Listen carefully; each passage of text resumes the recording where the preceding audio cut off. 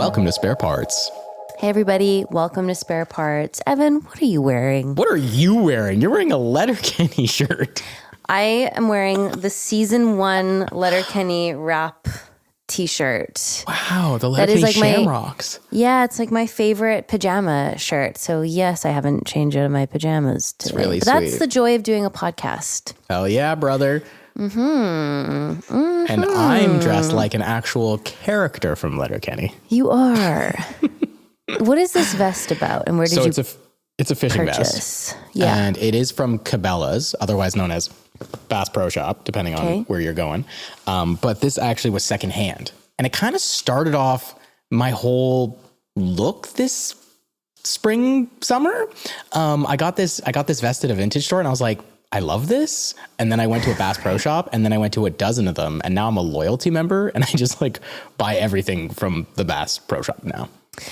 When you say everything, you mean clothes, outfits? Everything. Like, do you fish? Clothing, camping stuff. I don't fish anymore. I used to fish when I was a kid with my grandpa, and he was always so, oh my God, the most classic grandpa in the world.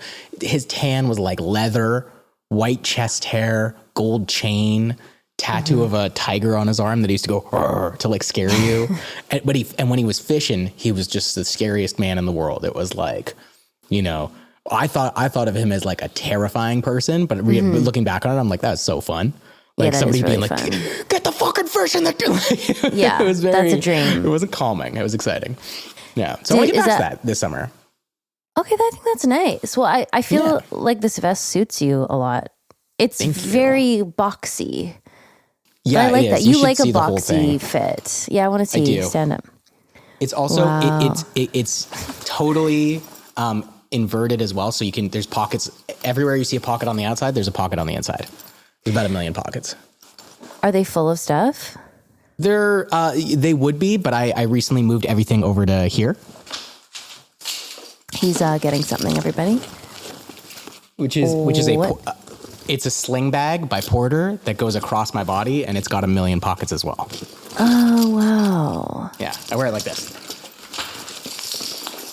This is so good for a podcast. This is me showing a bunch of stuff. He looks. This is pretty good for this is good quality podcasting, Evan. It is, but it's also. I was sort of like talking them through it. You look great. Yeah, thank it's you. A lot it's a of video podcast. Of pockets overall, but I like it more than I thought. Also have 1 million pockets. So with Velcro, he just undid the Velcro. Well, that's cool. What does Alana think of this? She's a fashion girl. You know what? She's into it because the worse I look, the kind of better she likes it. She's sort of like the more out there my clothing choices are. If I'm wearing she loves when I leave the house in like Adam Sandler core, like Crocs and huge basketball shorts and a cowboy hat. She just thinks it's so good because if you're confident while you look like shit, it's like sexy, I guess. Mm-hmm. So she's into that. So I kind of look like shit is what I'm saying. No, you don't. Oh, what is this drink? DC, baby. A classic Diet Coke. I was really late to enjoying Diet Coke. Oh. Late. And recently I'm like, oh, I get it. You would have gotten it. Your model days, I feel like in Tokyo, I bet everyone was drinking a DC. Probably, but I just didn't. I was like, if I'm going to have a Coke, which is rare, I'm going to just go full fat. No, because you can have 12 of these. It's not about the fat so much as it is like the sugar. The sugar, and you want to be able to have this much caffeine. Fat. You just want to rip. Oh, okay. So much, because if you can have 10 Cokes in a row, 10 Diet Cokes in a row, and you can still be like alive. But if you have 10 regular Cokes in a row, you're going to be dead. Yeah. It's so bad for you. What was the whole thing with aspartame? I thought aspartame was worse for you, but then it's like sugar went on a bad PR campaign and it was not rooted in science at all. It's the same thing with MSG. It's just all a bunch of fine. Corp against corp. You know, they're just madness. There's been no substantiated long-term evidence of any kind that shows that aspartame is bad for you. Right. So it's just like. I also feel like the MSG thing was kind of like racism. Super racial. Yeah. I remember these Chinese restaurants are crushing us.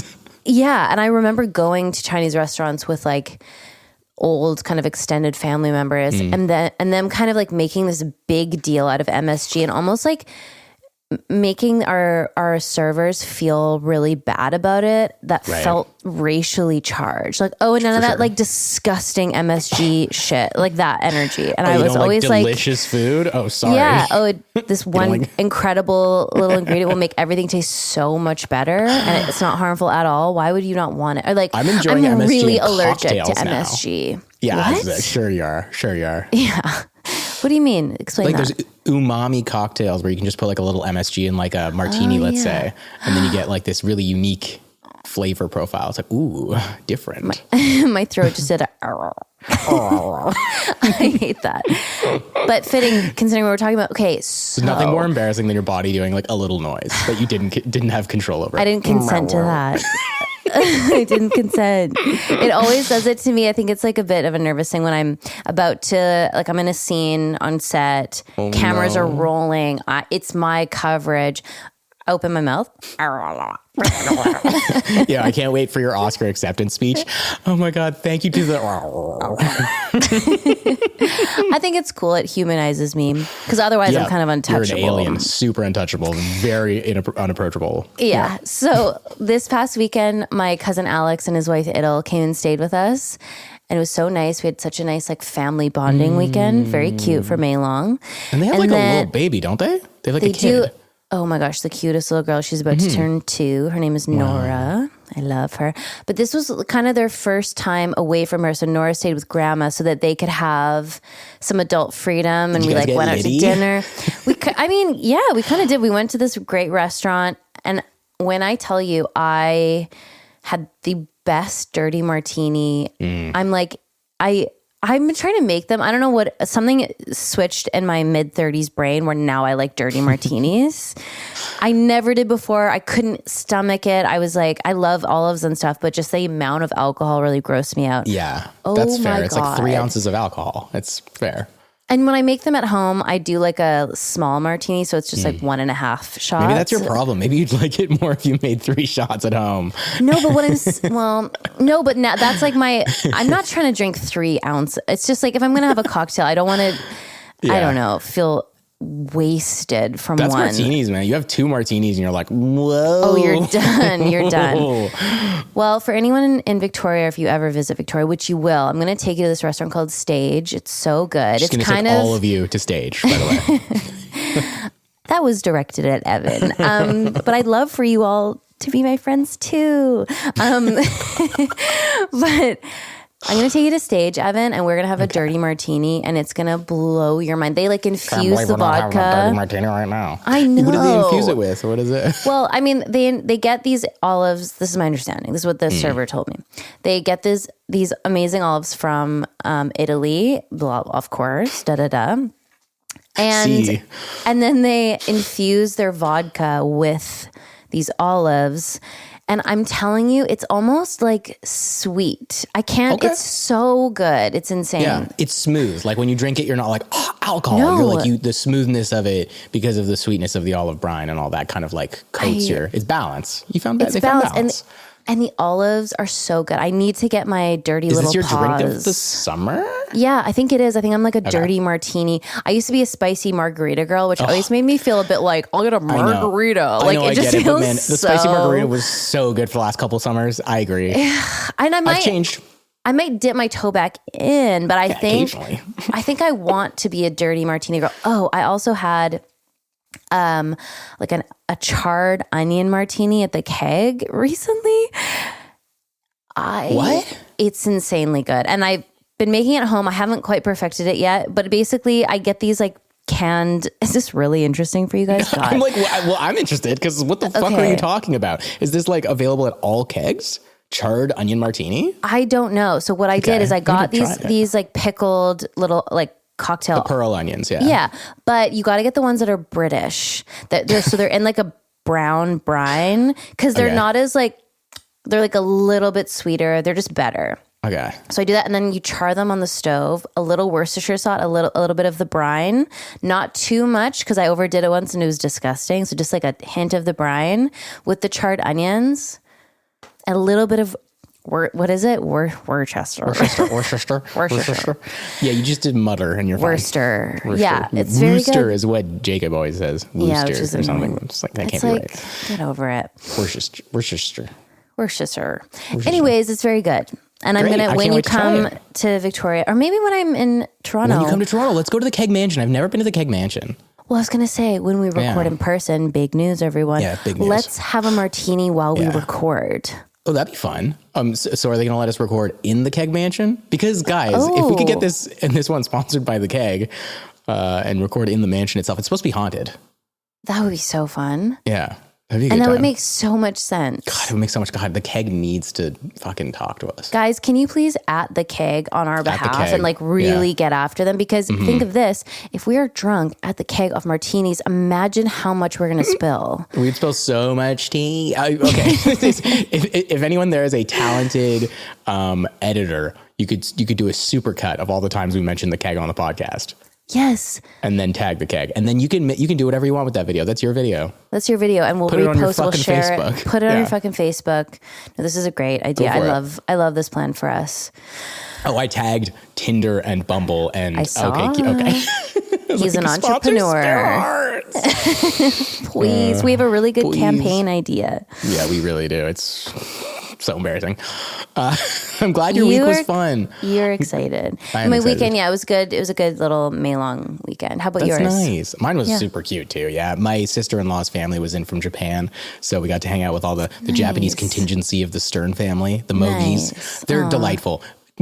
Like I hesitate to say even a lick of English. Like they're from such a rural location in Japan. So it was just so much smiling and laughing and pointing at things and like tasting things and like being sweet to each other, but with no language.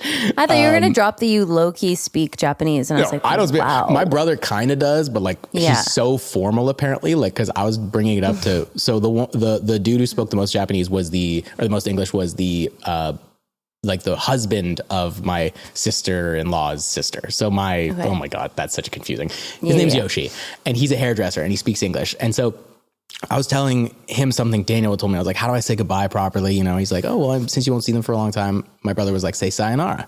I was like, is that right, Yoshi? He's like, no, you guys be like matane, like be way more chill. Like no one out there is saying like, I'll see you when I'll see you in 10 decades. Like no one talks like that. You don't speak formally to I'll people. See you when the blue moon rises. Yeah, like what the fuck? Like Jesus. Just be like, see you, brother. Like, and then I tried to translate like peace out, bro. And he said that the translation said like to death, brother, like may you go in peace. Like to die. I was like, oh no. I don't want to say that. No, not that either. But there's so like we had such a fun time. We hung out in the backyard and ate a ton, and it's just fucking lovely. Oh, nice. And we've been watching a show that you recommended, The Other Two. Oh my. Yeah. What a wild little inside baseball with like Carrie's character being like an actor and like all the struggles that he goes through. Well, the whole show is inside baseball as far as I'm concerned. Like it's so well written, but almost to the point that it's kind of like untouchable for a lot of people. Right. I would think it's so SNL. Accessible. Yeah. I just think it's like, well, no, you know what? Let's have a little more faith in our audience members to be smart enough to like consume things. No, not our audience. I mean, audience in general that isn't like in the industry. The Other Two is so fucking brilliant. And it's like an insane joke every 30 seconds, like one of the best jokes. And they just move through. There's this one episode where they're both wearing like the same suit and having like different days. And it's just never mentioned. And you can just tell the writers just kind of did that one for them. Like there's a lot of that going on, which I love so much.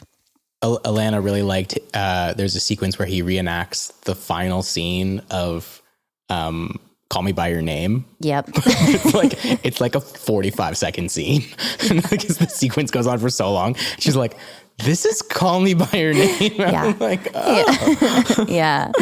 Yeah, there's a lot of like little Easter eggs in there. It's about Justin Bieber essentially having two older siblings who are that also much less successful than him. Yeah, but they also they're like 15 years older than him and really wanted to be famous too. And then their little brother just becomes like the #1 star on the planet and they're trying to cope with it. Yeah, it's really, and Molly Shannon's great. Oh my God.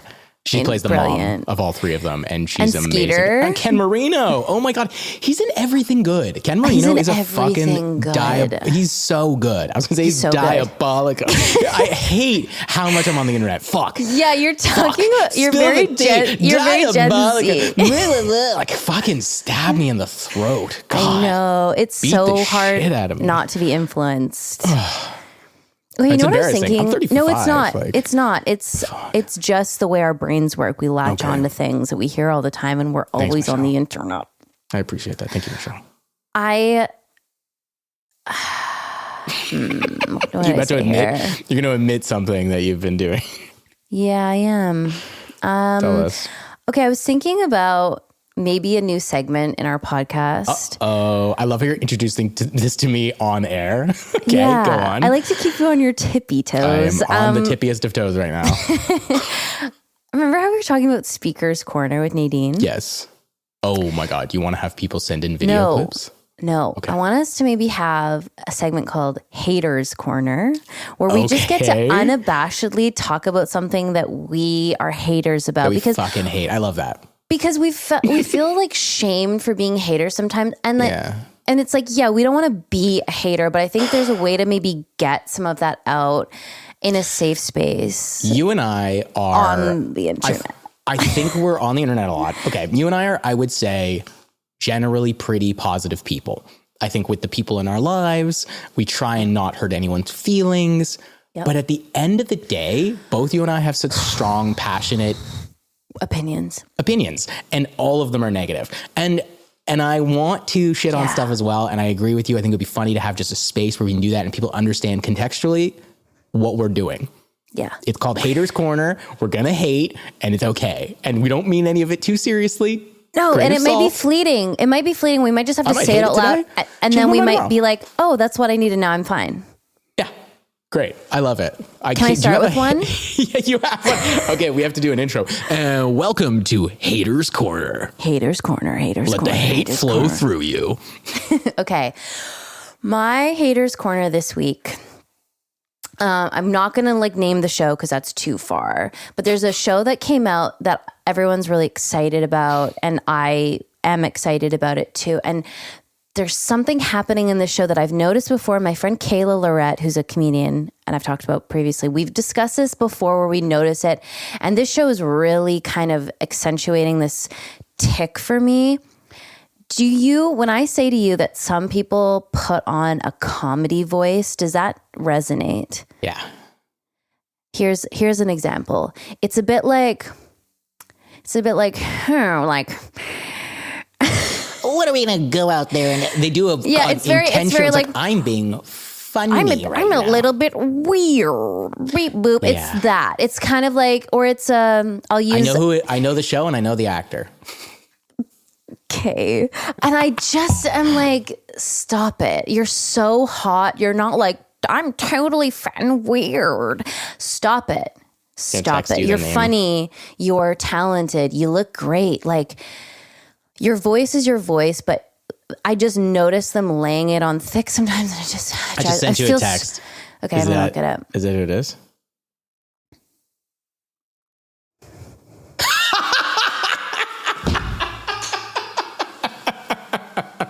Yes. I just feel so seen right now. I love Haters Corner. It feels so good to just get that out there. Oh, it's funny. That was good. So anyways, that's mine for today. We'll move on. Great. We're not going to harp on it. Shall we get into this episode of Letterkenny? Absolutely, dude. Let's get into it. Okay, let's get into it. I came with notes. Me too. And all my notes are just the scenes in order. That's how you do it. I like it. Hey, my notes are just the scenes in order. Yeah. Yeah. Okay. The one thing I'm instantly forgetting and I didn't write down is what's the cold open? Oh yeah, there's puppies, which I love. The cold open is them talking about spitting snot rockets and then and then Jerry's licking it up. Licking that whole sequence. The thing is, I hate snot rockets. This is one of the things that really I knew I was different from the other boys at school growing up, and this was one of the things that showed me that was cute. My best pals would be like, blowing snot rockets, I'd be like, what are you, Jamie? That's disgusting. All of a sudden, a pearl necklace appears. You're gripping it for dear life because it's fucking gross. Like, don't. Yeah. That's my haters corner this week. Hey, don't. So gross. Snot rocketing, and that's not even their problem. They're like, snot rocketing is fine. Just don't lick your lips after. Is their issue? Yeah. Ew, Derry. Derry's a bit slow. He's progressively more and more slow. Hey. He's gnarly. His oh God, what he considers to be like the whole thing that you have to keep in mind about Derry is that they keep saying how stinky he is for the first however many seasons. He's in his barn clothes and he stinks. He stinks. Okay, but here now I'm feeling a bit bad because there is a scene later on where we talk about going to like Derry's cousin's place and how they're like real hicks. Way worse. Yeah. And it makes me go, oh, I think that Derry has grown up in poverty. So we'll take all that part out where you called him slow. Whoa. Okay, so moving on. And then the butt talk. They talk about the butt stuff as well. Oh yeah, the butt That's stuff. That's a big part back. of the intro in the cold open. They're talking about. Oh, and then they compare it to how it would feel. It's not a this. It's a donut. It's not like sticking your penis inside of a Long John Silver and then he holds up. I guess what I always call that like an eclair. But I think an eclair is just a Long John Silver that's open. It's got a slit in it. Yeah. For the cream. No, don't say slit and cream. I'm sorry. It's just accurate. Versus putting it in a bagel, which is like only the end of the penis, I guess, gets the sensation. Holy moly, you are taking it so far. I wish people just listening go to YouTube and watch what he just did because we're keeping that in. This is the conversation they're having. This is a conversation. It's just, it's a very much a boys' conversation. I will say this is like, this is all we ever talked about growing up. Like at sleepovers what anal and sex stuff. feels just with, talking about that kind of stuff. Like, well, usually it was like, what does making out feel like? It's like so much more. And then they're all your guy friends were like snot rocketing and saying like really perverse things, and you're like, God. It feels like a million butterflies in your tummy. It's like tiny butterflies kissing your mouth. We had this. You know when like in movies when the girl will like straddle the guy like on a couch or something, she'll like sit up on top of him.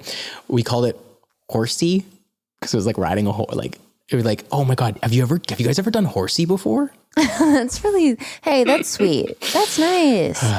It's good stuff. That is good stuff. I guess this is more a few years later in the conversation. Yeah. This is like adult version, less cutesy, more intensely specific. So they have that conversation where they're holding up. I like in Letterkenny that we hold things up. These props come out of nowhere. Pure cartoon. I loved it. A great cartoon kind of moment. And then this is also, or after the cold open is when the Jive and Pete stuff gets introduced. Yeah, so the Jive and Pete stuff gets introduced and then peppered in throughout the entire episode. So it's just sort of like, that guy's a D-gen. And then the biggest point about him being a D-gen was that he honked at Katy as she was crossing the street and spooked her a little, scared her a little bit. And it made her scared. Which we'll be scared. Yeah, and we'll get more into this after, but I do love this episode because all my girls listening, we know what this is. It's anyways, we'll get to it. But don't hop. But yeah, and then they start kind of the groundwork is laid for like talking shit about Jive and Pete, but then being mindful of talking shit behind people's back because bad gas travels fast in a small town. We got there. Yeah. And then we head on over to MoDeans. I think we actually are at, we don't even make it to MoDeans yet.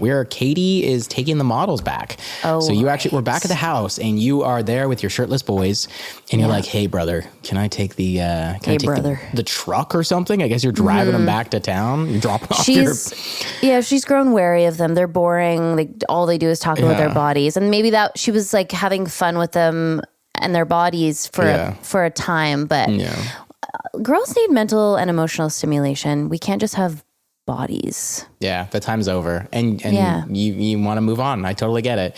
But the real star of that scene is obviously still Gus. Every time Gus is in a scene, I'm sorry, but that dog is perfect. It's perfect is where I'm looking. He's drawing my eye every time. Yeah. Oh my God, it's just the stillness and kind of like looking up at Keith and then kind of like looking around the room a little bit. Can I say something emotional about Gus? Yeah. What that me cry. I've been watching a lot of my algorithm is just like fucking with me about like dogs, where it's like I soulmated so hard that I never like loved another animal again after they died, and I'm just sobbing. Anyways, I feel like Gus was, and he'll have other, you know, his current dog is this too, but I feel like Gus was Bug. Of course, but Gus was Jared's like soul dog. Like they were so connected. He does have a giant tattoo of Gus on him. Yeah, and Gus trusts him so much, and the way that he's sitting there and he's just totally submitting to him is pretty special. It is really nice. It's amazing to watch. I wish that I had that level. Like Clementine will let me. Yeah, Clementine will let me. It's just, I think what Gus had with Jared is really so special. And it's nice to see it. I know. Like that must take amazing. Like hours to do to get that freaking scene. No, it's crazy. And then we move over to the gay convo. Is we go into the basement after this? Oh God! So my order's completely your order's totally so don't wrong. listen. I think we just so go don't with my listen to order. me. Yeah, please. So we meet Sarah Gadden properly and Gay, and we have that whole conversation. Oh, and I need to. This is a moment where I have to take a selfish moment and ask the audience for something, please. This is the only scene I've used on my demo reel for Letterkenny. Is this exact scene? Wow. And I'm making a new demo reel right now with a professional who's like, you have to pick good facial expressions, fun moments, just cute little 2-3 second moments. Guys, please help me. Give me some timestamps, some episodes. Are there rolled moments I should use on my demo reel? Please help me with this. I am totally lost. That's a great, ask the people that have actually watched the show, which is not you. Yeah, because I've just used this scene. He was like, it's like 50 seconds and you only talk like part of it. Like she's talking and he's talking and then you're talking and the joke's at the end. We need like a lot more. My first instinct is like, and I think I'm not maybe the right person either, but the Halloween episode when you guys are doing the There's seance, a lot of fun stuff in there. Yeah, the Beyonce seance.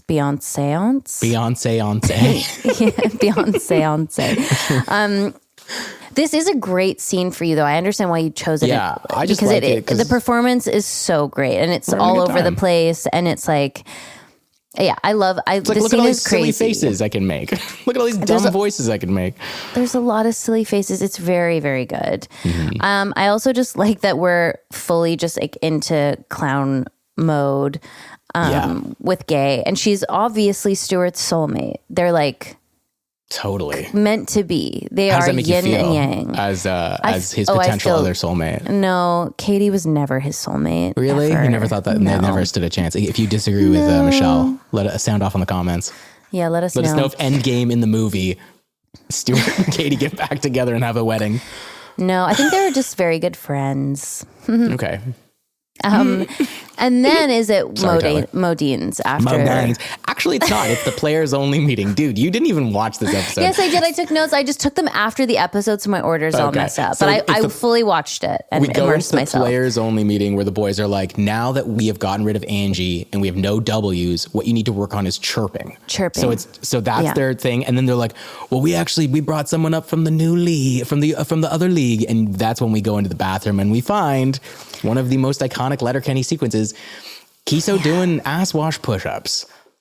And that's, that's not a butt double. That's him. That's not a butt double or a push-up double. Yeah, he's in a crazy, like physically demanding position. I mean, the nakedness aside, I'm like, all right, you're strong. We fit. Get it. His arms are fucking like his shoulders and it looks, it's a pretty incredible sequence. So it's impressive. As silly as it is, I'm kind of like, yeah, you don't see that very often on television. I'll tell you that much, or anywhere else. It's wild. Yeah. I was kind of like floored by that. And I think he's also doing the thing where he's like squeezing his butt cheeks like one at a time. He's going, for sure. He's doing a lot there. He's really putting on a show. I would love to know people's first impressions when that came up on screen, because I feel like that must have come out of fucking nowhere for people. Like it's the third season in, we've never had any kind of full nudity at all. And then all of a sudden he's upside down naked in the shower. It's like, whoa. Yeah, I'm like, also, we might have to cut this out, but I'm thinking about like if I was asked to do that, I'd be so aware of like. If you were asked to do that. Okay. It's different for a girl. Sorry. Katie's doing push-ups in the shower. No. What's up, bro? No, it's so different. Sorry. Yeah, but it's like, pretty different. Like there's a comedy here. He's really keeping his cheeks together. Tight. Oh, he's keeping them tight. Yeah, yeah. And he's wearing a cock sock for those who don't know. So like nothing's going to fall backwards. It's like all falling forwards and it's probably pretty tight in. Yeah. Yeah.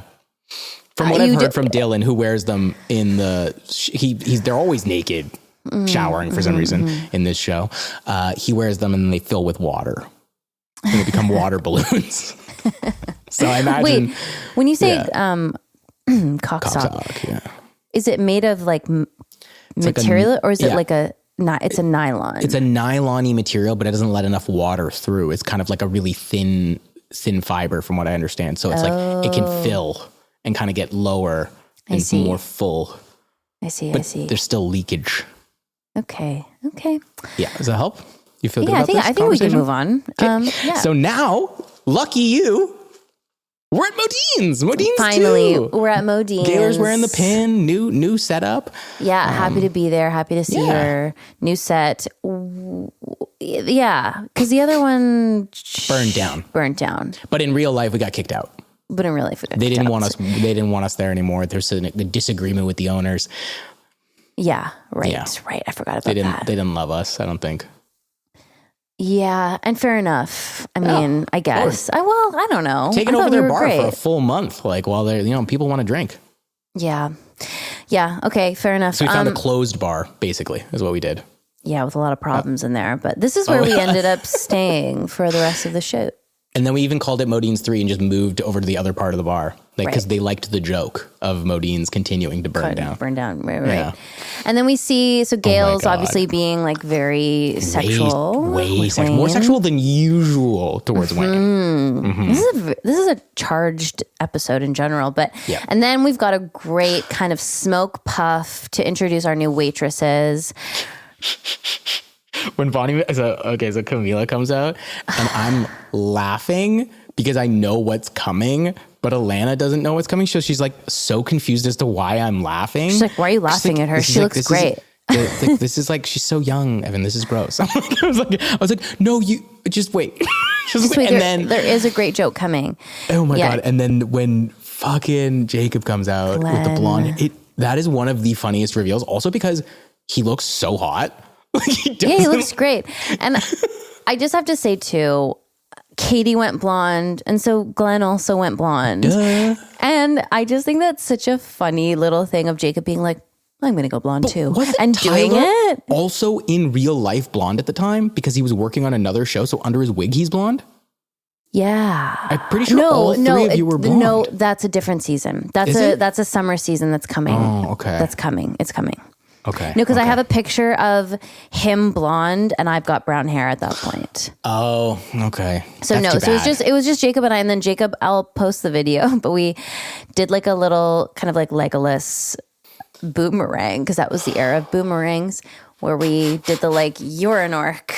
Wow, that really dates us, eh? Doing boomerangs? That's crazy. I know, boomerangs are crazy, but anyways, we were both blonde and we loved it. We're having the summer of being blonde girls. It was awesome. I honestly think it was a great look. Yeah, he looks great. His beard is like, yeah, he looks hot. He looks hot. Hot to trot. He does. And then we get ice in the urinal conversation. So it's like a video game, just so fun. I wanted to ask you. Yeah. Oh, please. I got all the answers. Evan. So Horsey feels like... Okay, would you prefer piss in the mouth or poop? I'm sorry. This was insane. In the nose. I thought this was an insane question because I was like, there's no fucking question. Obviously, it's like a little pee in your mouth. Are you kidding me? Okay, I have Obviously, a different that's the right answer. How could you possibly think otherwise? Because you get used to smells. No, you don't. Yes, you do. No, you don't. You definitely don't get used to a little pee. Just the physical feeling of poop. He said pinky fingernail. That's a lot. I thought he said tip of pinky fingernail. Okay, like even then, even tip of pinky fingernail. I think but a then little bit of pee in your mouth. Every time you eat food, it tastes like pee. I don't think it would. I think you'd get used to the flavor of like whatever type of peas So in your you mouth. get used to the flavor, but you don't get used to the taste or to the smell? I fucking stand by it. Yeah. Guys, sound in the comments. I think it's like when you go into a gross smelling place, the first little bit is like horrendous. And then unfortunately you just go, wow, I'm used to the smell now. I think that you're absolutely out of your fucking mind. I think the fact that you would consider... The more I'm thinking about it, the less I like it. But I don't like piss in the mouth either. I don't think you're supposed to like either of these options. I don't think this is like, oh, which one do I want? Oh, I can't choose. They're both so good. I think we're both supposed to dislike them, Michelle. But isn't the thing is that Wayne and Dan both end up saying poop in the nose. Darius says piss in the mouth. And then they all go, ooh. So I think feel the idea like is that you're all just supposed to yell at each other. And I think they were wrong every single time though. Like throughout the entire conversation, I prefer vagina mouth over penis nose. Well, yeah. Right? But that's what they said. A mouth already looks like a vagina. It's fine. No, Wayne says he'd rather vagina mouth, not penis nose. So I think you're incorrect. You think Wayne's the only one whose opinion matters? Yes. Wow. In this show, yeah, he's kind of. he's kind of the protagonist and all. And there's no winners in the bed bugs versus mosquitoes debate. Like three mosquitoes all night, or 3 bed bugs every night, or 3 mosquitoes every day around you. Like bed bugs, maybe I don't. Oh, no, I think so bad. They suck so bad. I think mosquitoes only because at least at night you could have a good sleep. Oh, God. Oh man, yeah. I know. I don't know. Bed bugs forever. There's no such thing as 3 bed bugs. It was just so there's no such thing as 3 mosquitoes. Like you just multiply. Yeah, it's so scary. Those are that's the worst one. I can't believe it's almost not worth thinking about. Evil.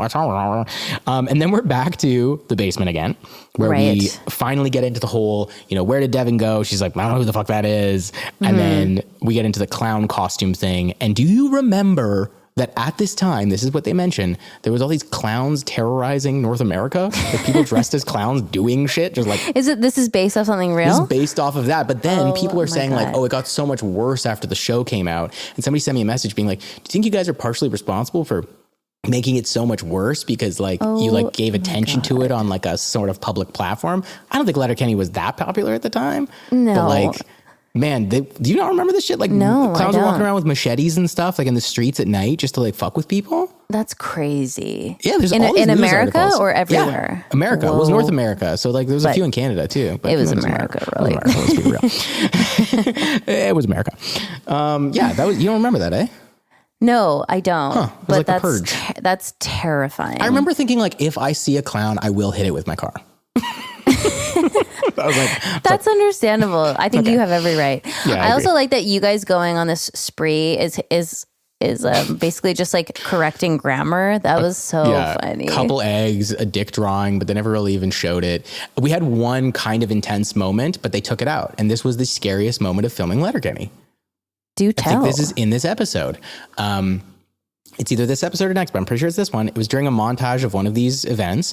I climb a fence and then the police come. So all these sirens happen and Gay pulls me off the fence, throws me over her shoulder, and then throws me into the trunk of a car and shuts the trunk on me, and they drive off. Okay. And like the safety came over to be like, hey, I'm just going to show you this trunk doesn't close. Slams it. It locks. Oh. They can't open it. You're in the trunk? I'm not in it yet. He's showing me that it can't close, that it can't possibly close.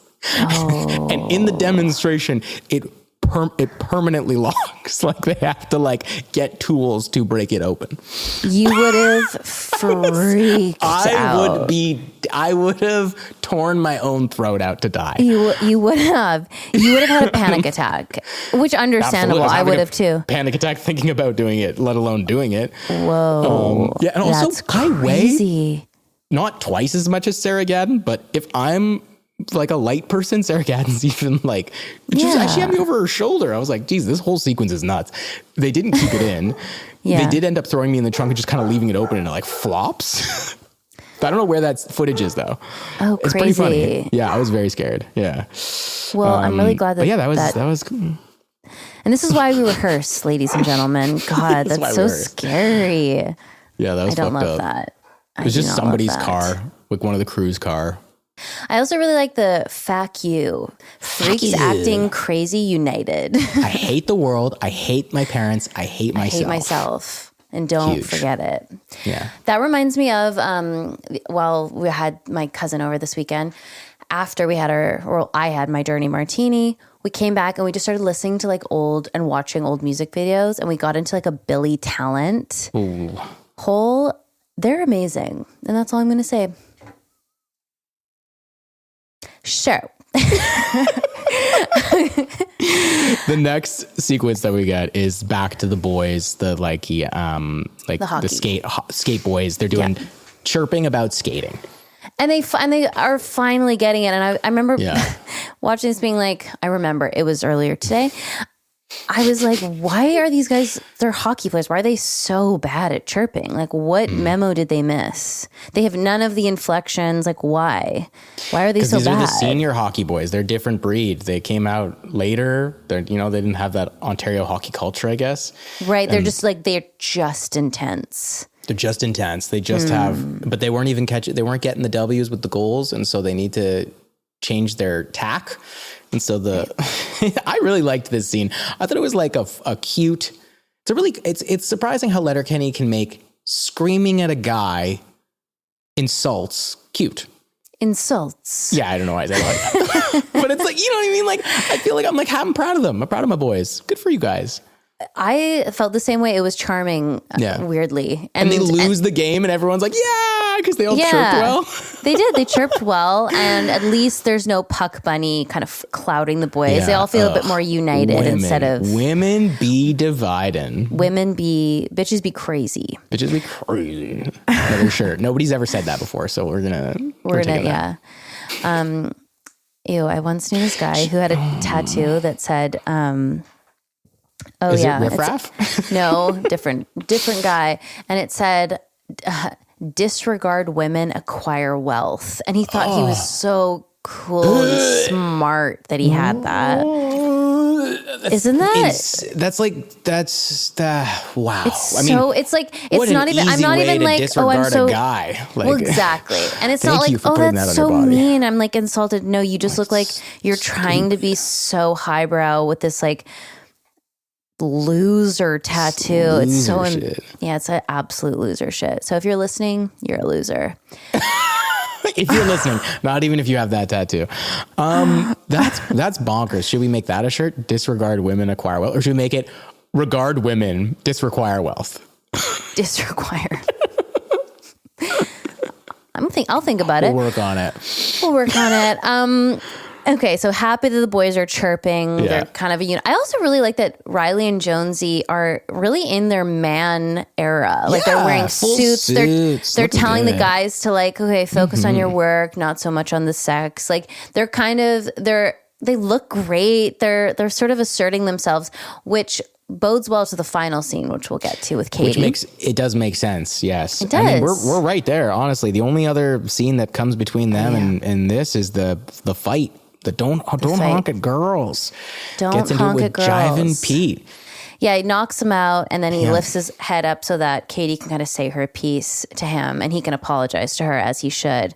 And I also like the little add-on, don't talk to girls when they're not interested in talking.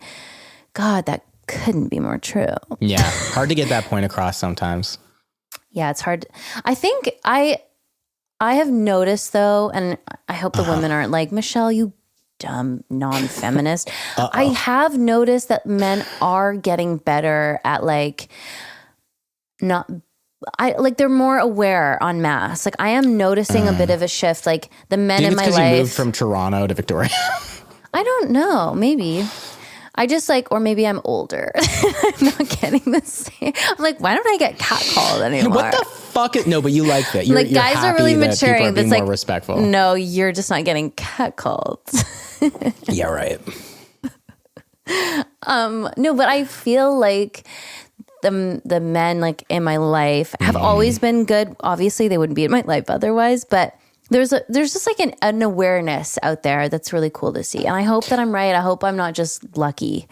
No, I mean, there's more info out there than ever before, right? There's more social media, more video evidence, more people just chatting about this kind of stuff. And I don't mean just men are like finally doing better. Women are also being better with other women and people and the way that we like talk to each other. It's like Totally. people, the consciousness, the collective consciousness seems to be leveling up a It's little on the bit. rise. Let's go. In some ways. Optimistic. I like this. This is I good. feel optimistic. That's nice. You know what and made me then feel we- optimistic? This fucking song by Toulouse. Okay, It always happens this way. It always happens this way. can you play 20 seconds of Baby. it? Oh, baby. Yeah, I have it queued up right here.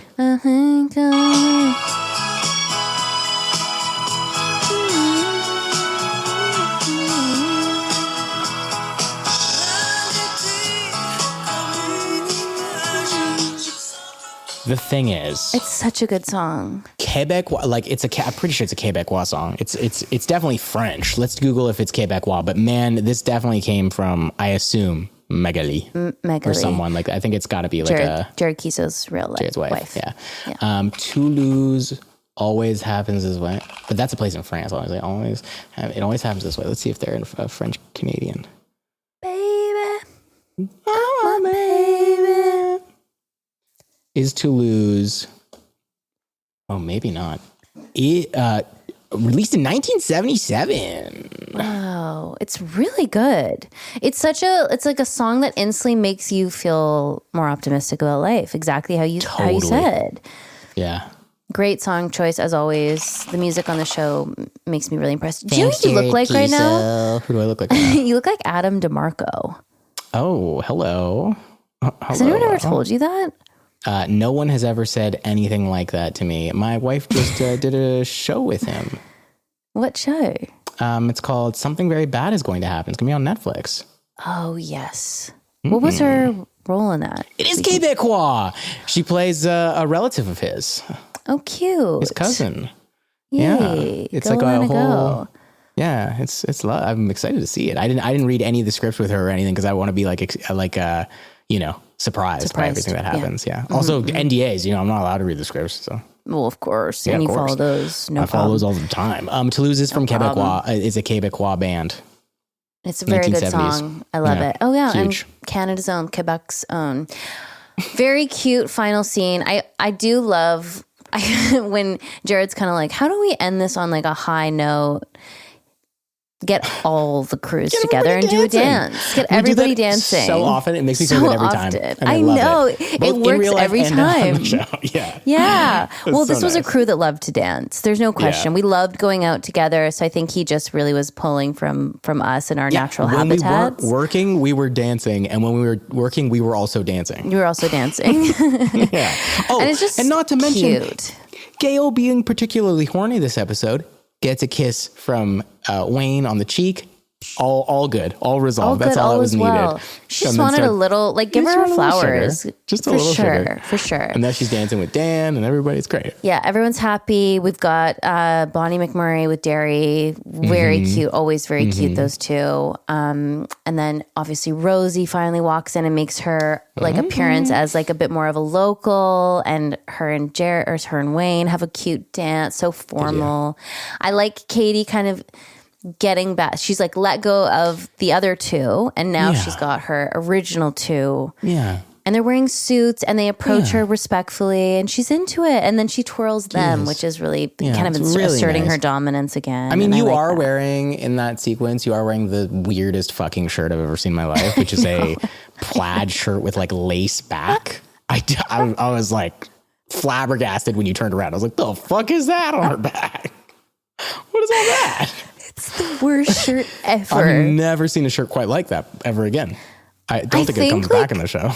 No, I don't know if it does, but I totally agree. And I've had some kind of like, I just remember a few girls DMing me being like, oh my God, where'd you get that shirt? And I wanted to be like, girl, You don't want that shirt. you don't want that shirt. It's the shirt you wear on the cover of the jacket too of the season. But it's just cover the front, of so you the don't know- jacket of the season. Like oh Jesus Christ, like in like the DVD cover, like or the poster, like you're wearing that shirt, but you don't see the back, so you don't never see the know. crazy back. I think You don't know the. in our stylist's defense, I think she was always looking for pieces that were like hick, but also like a little feminine, girly hick.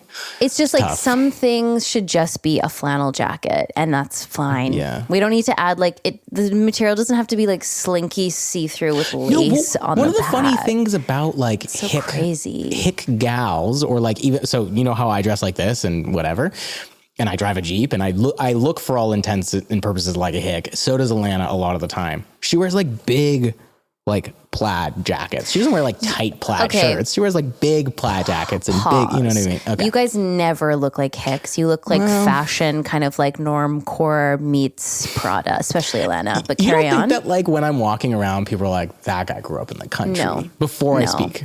I think you're doing it ironically. Damn, really? Because the shape is good.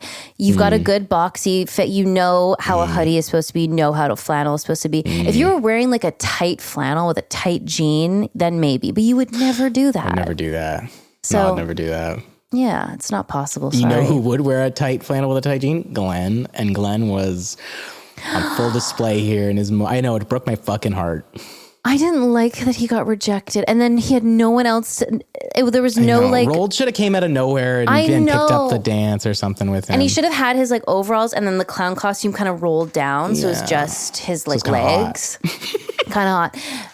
I obviously want them to be together, and I think maybe it was just too early in the series to like put that together yet. But it would have been so nice if he got a dance. I know. Yeah, because Glenn was going for Tyson and Joint Boy of all people, giving them the bite of the lip, and then Tyson and Joint Boy back in. They're one of their real life wives. Yeah, which is wild. And like they come through and walk past Glenn, and it's like a scene in a high school drama. It's like it is. And then he's kind of like, oh yeah, okay, but you can feel the pain. Yeah, I don't like it. Maybe Wayne should have given him a kiss on the cheek too. That would have been nice. That would have been such a cute finish if he gave him a little peck on the cheek before it ended. That would have been nice. Everyone would be like, what the fuck? But you and I would have loved that. We would have loved. Everyone would have been like, gay. That was But good. we would have been like, yay. Yeah, that was gay. That was gay. Sorry, guys, my dog. Darn dog. Beautiful finisher of this episode. What everybody kind of, I love when there's drama and kind of conflict in an episode and and then it ends with just like, it's like the equivalent of when animals shake to like, they go through something kind of like upsetting or traumatic and they do a big shake. That's why we need to be dancing. Yeah. Dancing's good for the soul. It's really good for the soul. I'm so sorry. Clementine is going off. No, you're good. You're good. Okay. So do you want to move on to Spare Hearts here? Yeah. I was just going to say, I'm so sorry. The gardeners are here, and she just totally freaked out. Your gardeners who show up at random. Well, the all-lady gardening team. They're on more of a schedule now, and the lawn was getting a little long, so I'm really happy they're here. Nice. But yeah, what a beautiful end to this episode. I give this episode, I give this like a 7.8 out of 10. I love how you're rating it. When have we ever rated episodes? We don't do this. One other time before. I just wanted to rate it. You don't have to. I liked this episode. I think mine's higher. I think mine's more in the 8s just because I liked the balance of it. I liked how we bopped around from each group. And you like to see the skids a little bit. Just say I do like to see the skids. I'm not going to lie. I did enjoy that. that. It was nice to see them. That was fun for me. It was, and those scenes were great. The slow-mo kind of clown scene was the song during that was crazy. Send me ideas for my reel. Moments, faces, do that. Jokes. Just send me them. Exact timestamps and the exact episode so I can find them. Thank you. Yeah. If you care about Evan, you'll do this for him. Please. He needs to know where his acting was the most convincing. I need so this. Tell him. Yeah, I really do. He needs it. Okay, Spare Hearts? Yeah, let's do Spare Hearts. That was our worst one by far. Well, our hearts weren't in it. No. Do you want to try again? Yeah. 1, 2, 3. Spare Hearts. I think we just picked the same note. That's fine. All right. It's not really how a harmony works, but. So this one's called, this is actually, I'm just going to read this because I think it's cute, but it's not a question, but it's nice. It's called Missed Connection, Letterkenny Edition. Cute. Hello, Michelle and Evan. I do not currently have any particular questions regarding life and love to ask your advice on, but I do have something weighing on me that I would like to get off my chest. A missed connection of sorts that involves a member of the Letterkenny family. I work at the LCBO in Kitchener. And today, out of all the gin joints, so to speak, Jared Kiso was in mine, which is a very funny thing to say because Jared Kiso is exclusively there for gin. For gin. As we know. He loves gin. Yeah, he loves gin. He fucking loves gin. Every time anytime I've ever gotten Jared anything, it's been gin. Just show up with a weird bottle of gin. Yeah. I had just started my shift and popped into the office to handle something more clerical. And when I came out, there he was, standing at my colleague's register, making a purchase. I was absolutely gobsmacked and completely froze up. When I looked back on the camera footage later, you can see the moment where my eyes pop out of my head, followed by me looking around for anybody else who was geeking out as hard as me. Shockingly, I was alone. That's so funny that you went back to look at the footage. That's really cute. Love to see that footage. Do you want to send it to me privately? I'm sure that's really illegal, but please do. In the brief moment, I want to see it. In the brief moments between when I started to come out of my catatonic state, but before he finished up and left the store, I was scrambling over what was the best thing to do. I wanted to say something to this person I admire and appreciates so much, but I also respect the fact that he's just a regular guy who genuinely appreciates his privacy. That's nice. And I wanted to respect that as well. It had already been a weird and trying day before I had arrived at work, and having this chance encounter fall into my lap made it feel even weirder and more surreal somehow. I wasn't feeling like I was my best self in that moment, so reluctantly I opted to say nothing and went back to business as usual. And I spent my entire shift kicking myself for not being brave enough to simply say hello and thank you. That's all I really wanted to say to him was thank you. Thank you for making a silly little web series that gave us a giggle, recognizing its potential, and having the drive to make it into something bigger. Thank you for making two of my absolute favorite shows, the ones I watch and rewatch when I'm feeling down and out. Thank you for portraying the best of what it means to be Canadian and representing our country in a way that makes us feel proud of where we're from. Thank you for introducing me to actors, creators, comedians, artists, and music that I haven't otherwise been exposed to and would not have been for those gems of entertainment. Just thank you. That's it. That's all I wanted to say. And that's all that kept playing in my head throughout my entire evening. That and the self-deprecating tirade that my inner self was giving me for being a chicken shit. I haven't been able to stop thinking about it, and I regretted not taking that opportunity more and more as my evening went on. And then I decided I didn't want it to be the one more thing that I regretted being unsaid. I wanted to say it to the two of you as well, and to any other member of Letterkenny and Shoresy family who is hopefully listening to your podcast. Thank you and happy May 2 for Megan Roy. Wow. Cute That's as lovely. Anything. That's lovely. And Megan, I will make sure, I know Jared listens to the podcast, but I'll make sure that he definitely listens to this one so that he hears those words that you said. Because that's really a lovely, homage to him and his work and bringing all these people together. And yeah, I think when you're in those situations, I don't think you didn't do the right thing. Yeah, you didn't do anything wrong. Yeah, you didn't do anything wrong. It's you do have to sort of trust your instincts there. And maybe you were getting a vibe from him that he was feeling a little bit more shy or kind of insular or something. It's a delicate dance. And in future, if you run into somebody that you're a fan of, a simple, hey, I love the show or I love your work, and then keep it moving. It's always nice. It's always appreciated. And people love to get, celebrated for the work they do if you feel like they've done a good job. And that's true for every line of work. If you had a teacher that made a huge impact, tell them. I know it's kind of easier said than done, especially when it's somebody you don't personally know. But usually it's just an email away. Usually you can find somebody's email pretty quick and just be like, hey, I really appreciated having you as my teacher in 6th grade. I think about it sometimes. Totally. That's what a nice email to receive. What a nice thing. And so, I think anytime, I'll speak for myself. I really do love it when people are pay respect or a compliment. Who doesn't want a compliment? That's so nice. And it's so flattering. Always don't touch me.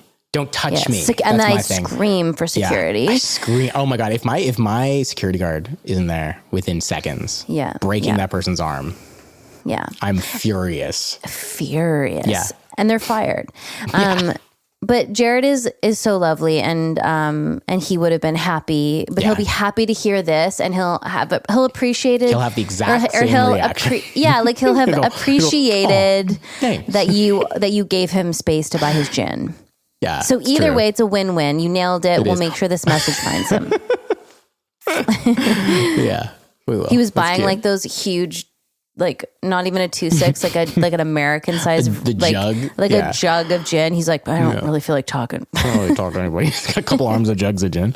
Yeah. He's always buying strange gins. Like, so if you ever find yourself with Jared Kiso, get him a gin. Get him a gin and get out of there. And get the fuck out of there. Send some gins to the table. Fucking scoot. Get out.